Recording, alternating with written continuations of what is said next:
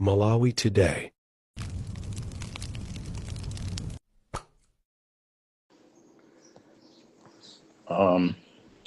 Good morning once again. I'm Kamlepa Ukalua.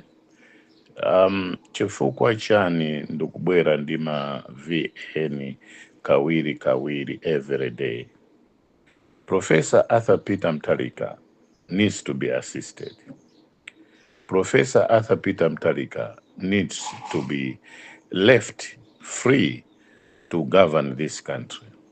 Professor Arthur Mutharika needs to be given the country's support, our support, for him to lead and govern Malawi according to the interest and economic progress of this country.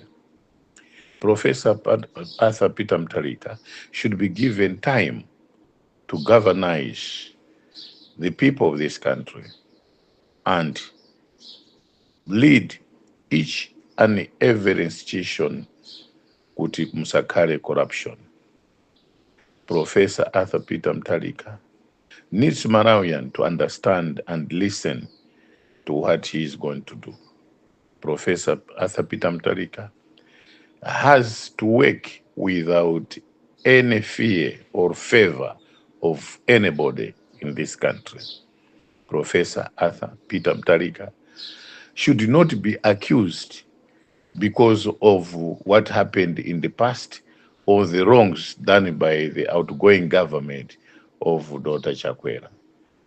Professor Arthur Mutharika is not the one responsible for the price of fertilizer in per market panopo, for the price of whatever that is happening, because he is the one that is going to look into it and come up with a better way of how to assist Malawians.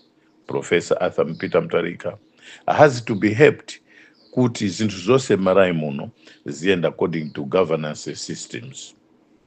Mawu amene ndanena chifukwa chakuti pali anthu ena akunena kuti iyayi zinthu panopo zayamba kukwera, panopo fertilizer uja chani.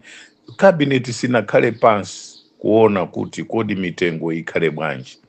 Minister of Trade panopo minister kulibe, Minister of Social Welfare panopo kulibe, Minister of Health panopo kulibe, Education panopo kulibe.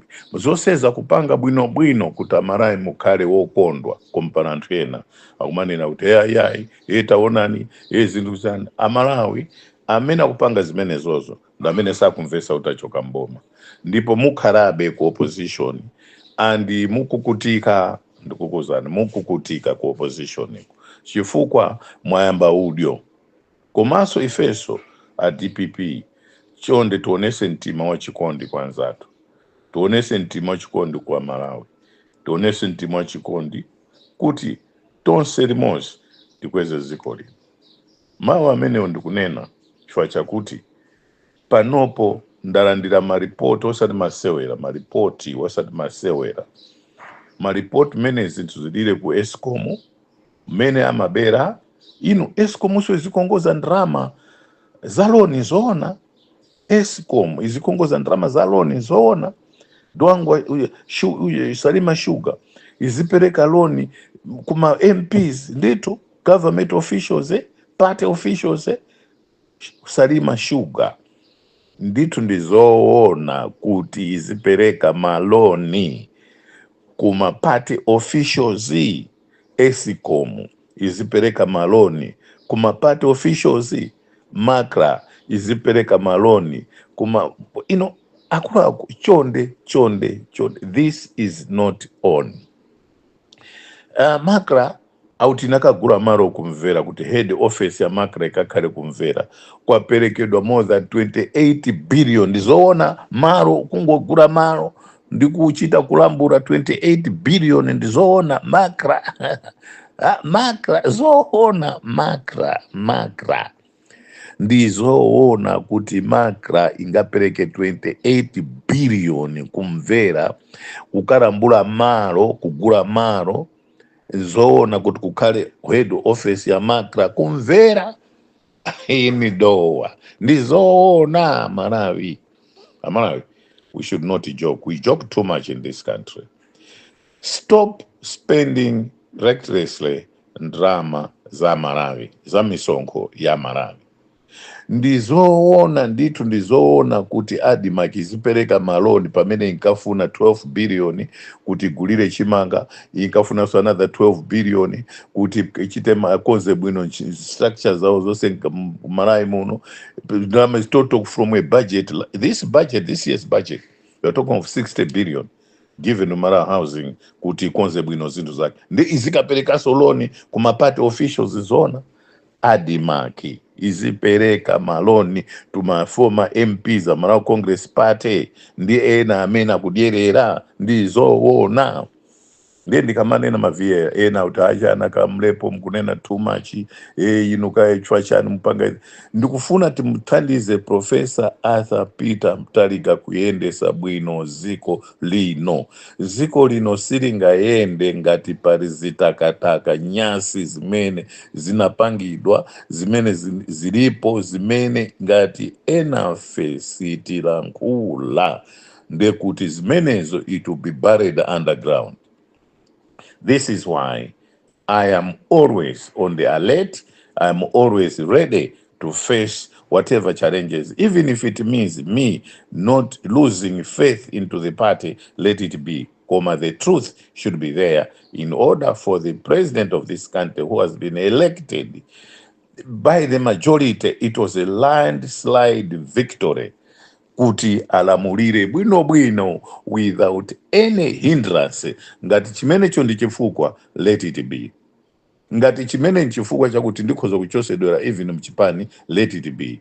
Koma Professor Arthur Peter Mutharika should be assisted at all cost and with all Malawians without fear or favor. So ngati pali ena mchipanima unena kuti ine ndikulakwa chifukwa chakuti ndikufuna kuti zinthu ziyende bwino, I'm sorry. Arthur Peter Mutharika should be assisted. We should, all of us, rally behind his leadership, his vision, and the way how he's going to make Malawi great again. Nde ine panopo ndikufuna ndilengeze kuti ndipanga political platform imene ndinena kuti make Malawi great again, and I will need Malawians to join me, to join hands with me to steer this country and help Professor Arthur Peter Mutharika to govern this country without looking at who is doing what and who is going to do what. And this platform, I call it political platform, which is going to say make Malawi great again. I am looking for all well wishers, not in terms of money, no, but support, so that we can make Malawi great again. And this movement, in the interim, I'm the chairman. In the interim, I'll be leading this grouping to make Malawi great again, to make Malawi a better place for economic growth, employment, without looking at the region where you are coming from, and above all, to make sure that Mutharika has all the opportunities, is given all the opportunities to lead this country without any disruption. No protest marches, no political marches, will not tolerate any protest march against this noble cause that God has given our professor to lead this country. So my group, my political platform, my group will be to make Malawi great again. And we will be uncovering all secret operations of the opponents, those enemies of Mutharika's administration. We will dig deeper, we will go deeper to uncover all corrupt activities that might have taken place in this country. We will unearth all hidden information, bank accounts, houses that these people have built, houses that are bought from Malawi Housing Corporation, all corrupt activities will be uncovered by this political platform or a group called Make Malawi Great Again, where I'll be the chairman. Why I'll be the chairman now? Because I want to steer this group to a greater height, so that each and every Malawian will be able to appreciate its operations, its activities, and what is in our manifesto. What is in our manifesto? To begin with, one, to clean up corrupt practices in the country, to clean up all those who are corrupt, and to make Malawi great again. We will not look at who is who, we'll look at what he has done, and we will encourage people, well wishers, be in the diaspora and anywhere else in the country who is there for the interest of this country to come in and join hands with this platform, Make Malawi Great Again. Will follow up all issuing whatever contracts were given to people of different whatever backgrounds, to scrutinize and recover if need be. If we see that it was corruptly given, the contract was corruptly given to this individual, recover the money, recover everything. Files will be made available to the president and to the authorities to take an action. We will not be taking an action, we will be giving them information, practical information, tangible information, evidence, files, everything for a possible action and prosecute them. So this is what we are going to do. We'll work hand in hand with the police, we'll work hand in hand with authorities, we'll work hand in hand with all those who want to see this country prosper economically and develop this country. So this will be the platform. Ndizoona ino kuti anthu azipita kuja kuchikanga mati free-ply, kukatenga ndrama kwa amwenye aja kuchita makampani aja for their personal development, kukamanga manyumba, ndrama zija kunama kuti president atuma kuti akatenge ndrama. Nzoona pamene ndrama zija kukamangira manyumba. Tichita aliyense amene is lying to this country or has lied to this country will be investigating even those who claim to be what they are when they are not what they are. Will be investigating all institutions imene akulemba ntchito anthu kuti amalemba ntchito bwanji anthu aja, and amene akulembedwa ndi ndani, what was the criteria used, how was it used, how was this one employed, how much money was given. Tionaso ma interview onse amene akuchitidwa m'Malawi muno kuti palibe nkhaza zakuti asikana azigona nawo kuti asana apase zintchito. Zonsezo zikhala Make Malawi Great Again. So it's a big movement that is coming in this country. It's a big movement where I'll be chairing it, and this will give a difference to the way how this country is going to be governed.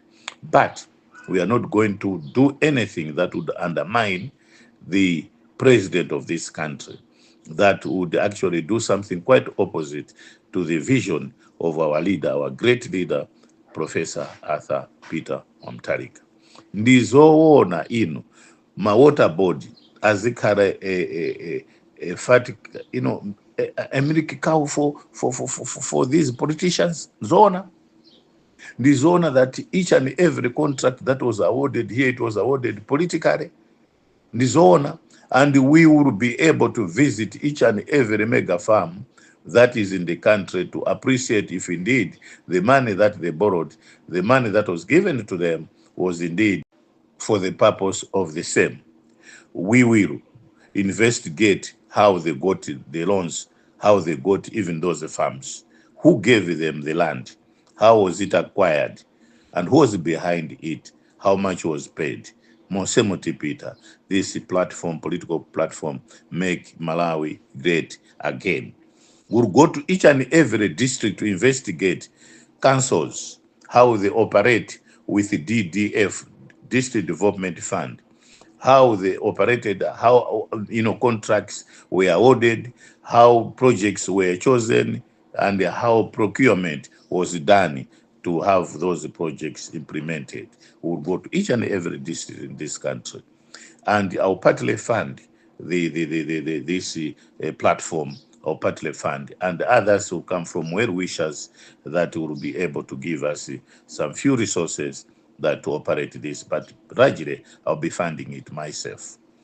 And we will be able to make sure that all applications of all whatever disciplines, apart from the appointments that the president will appoint, will not interfere with that, because that is left to his prerogative to do and govern this country. But any employment will be able to intervene if we see that is not done to the best interest of the country. Chifukwa ndufuna all graduates in Malawi, all graduates, all graduates from all institutions of higher learning should be given a chance to get employed, to get loans, to get whatever they want in this country in order to develop this country. Because an investment in education is an investment in national development.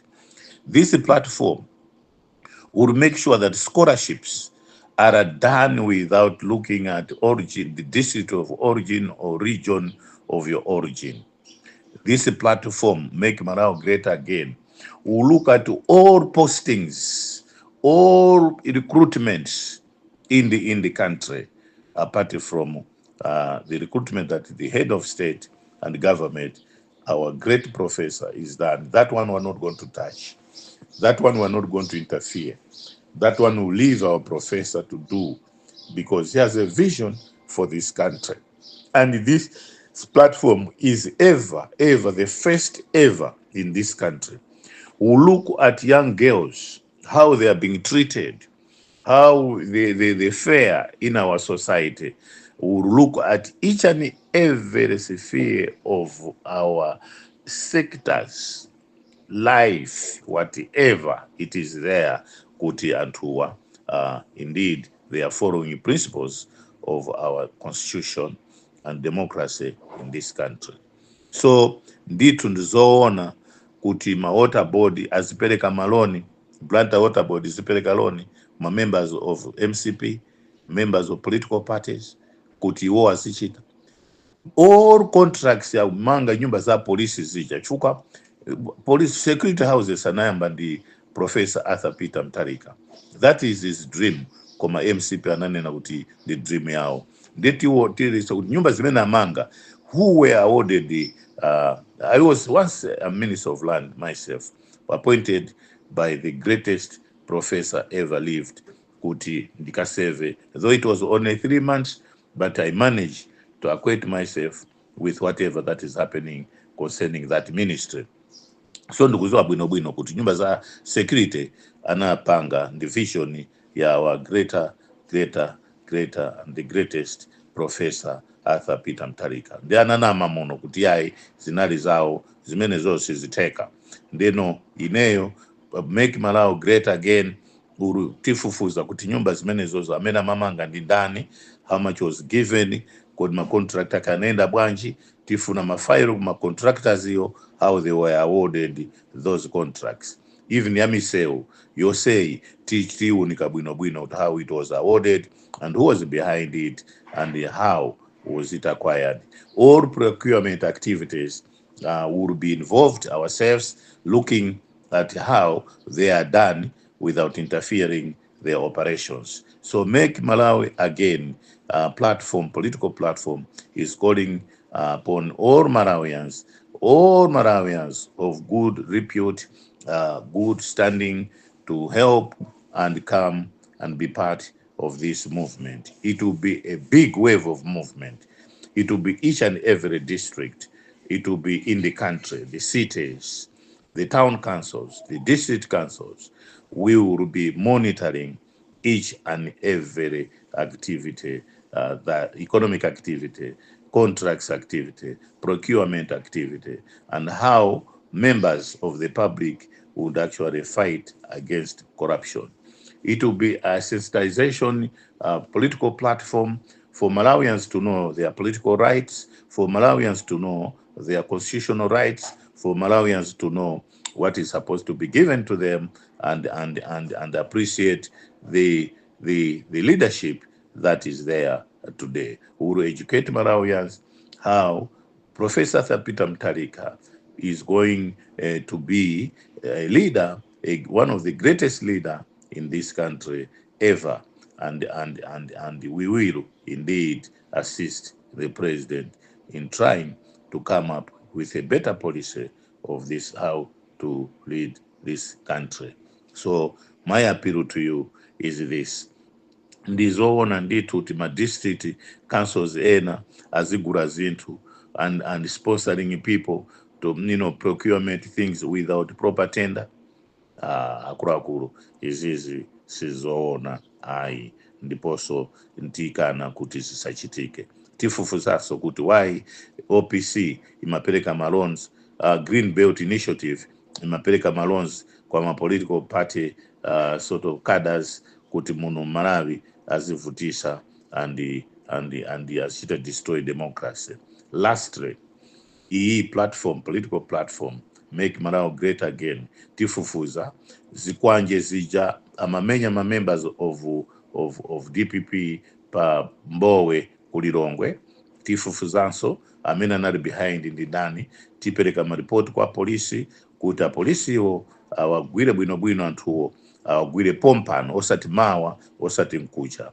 And this platform will also investigate zimene zinachitika ku state houses, kuba zinthu, looting, and who is behind that, and tiwagwira or agwidwa through our outlets, through our network, through our political cells, because we will create political cells throughout the country kuti tizichita monitor muchitidwe wonse wankhanza, tichitaso monitor illegal and the influx of foreigners into this country and how they are behaving when they're in the country. Lastly, tichita monitor all criminal activities kuti Malawi musakhaleso munthu wakuba, Malawi muno musakhaleso anthu akuberana, Malawi muno anthu atisaone munthu akuba nkhuku, Malawi muno tisaone kuti anthu akuberana zovala kaichani usiku ndi masana. This platform would be monitoring all activity because we want Malawi to be a crime-free country so that visitors, tourists can enjoy their stay in this country. So this is a political platform that I have come up with. I've got the structure, I've got everything.